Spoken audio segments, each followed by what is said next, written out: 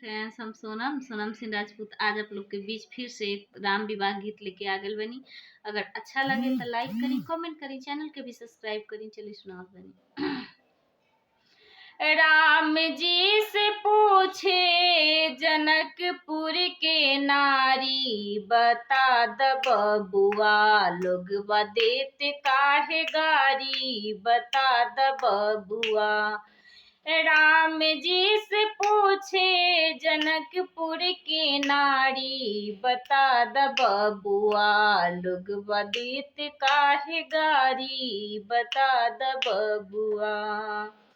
लोग देत काहे गारी, बता द बबुआ। हम तो से पूछी ओ धनुधारी, हम तो से पूछी ओ धनुषधारी। एक भाई गोर काहे, एक भाई गोर काहे, एक भाई कारी, बता द बबुआ।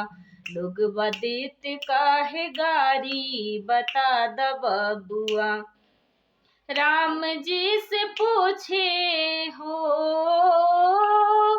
राम जी से पूछे जनकपुर की नारी, बता द बबुआ लोग देत काहे गारी, बता द बबुआ।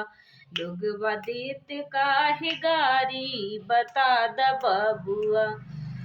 ए बूढ़ा बाबा के पकल पकल दाढ़ी, ए बूढ़ा बाबा के पकल पकल दाढ़ी। देखन में पातर, देखन में पातर, खाए भर थारी, बता द बबुआ लोग देत काहे गारी, बता द बबुआ। राम जी से पूछे हो, राम जी से पूछे जनकपुर की नारी, बता द बबुआ लोग देत काहे गारी, बता द बबुआ। राजा दशरथ जी कैलन चालाकी, राजा दशरथ जी कैलन होशियारी। एकटा मरद पर तीन तीन गो नारी, बता द बबुआ लोग देत काहे गारी, बता द बबुआ।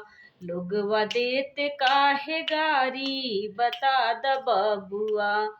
राम जी से पूछे जनकपुर की नारी, बता द बबुआ लोग देत काहे गारी, बता द बबुआ। Thank you.